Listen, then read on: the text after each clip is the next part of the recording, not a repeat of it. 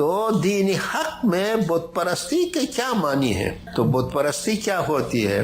کس بت پرستی سے منع کیا گیا ہے؟ یہ غریب بت جو ہے انہوں نے کوئی گناہ نہیں کیا ہے،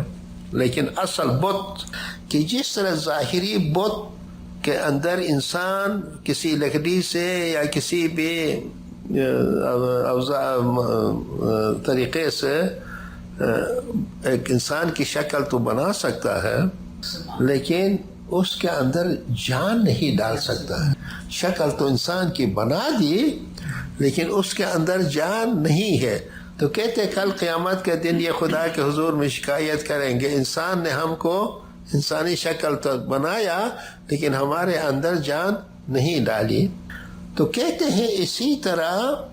جس انسان کے اندر روح القدس ہے اور کوئی ایک ایسا شخص ہے کہ وہ شخص جو ہے روح القدس سے خالی کھلی ہے، جسٹ ریشنل سول ہے، اگر یہ روح القدس سے خالی کھلی شخص یہ دعویٰ کرے کہ میں خدا کا خلیفہ ہوں، میں پیغمبر کا خلیفہ ہوں،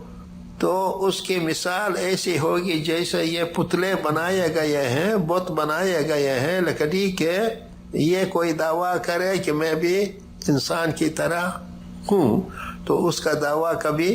صحیح ثابت نہیں ہو سکتا ہے۔ ابھی کوئی شخص جو ہے یہ پتلا بنا کر جو اس کی پرستش ابھی ہو رہی ہے، دودھ بھی پلایا جاتا ہے، آپ نے سنا ہے کہ کیا کیا کچھ دندے ہوتے ہیں، تو اس کو منع کیا ہے۔ تو اسی طرح انسانوں میں سے وہ شخص جو امام یا پیغمبر یا ان کا خلیفہ ہونے کا دعویٰ کرے تو وہ اس کی مثال بت کی ہے۔ انسان کامل کے مقابلے میں اس انسان کی مثال بت کی ہے، کیونکہ اس کے اندر روح القدس نہیں ہے۔ جس کے لکڑی کے جو پتلے بنائے گئے شکل تو انسانوں کی ہے لیکن ان کے اندر عام انسانی روح نہیں ہے، تو اس سے منع کیا گیا ہے۔ لیکن کہتے ہیں یہ کوئی زیادہ خطرناک نہیں ہے، اس کی کوئی زبان نہیں ہے کہ وہ لوگوں کو صراط مستقیم سے اپنے دلائل کے ذریعے سے ہٹا دے، لیکن جس کے اندر عام زبان ہے،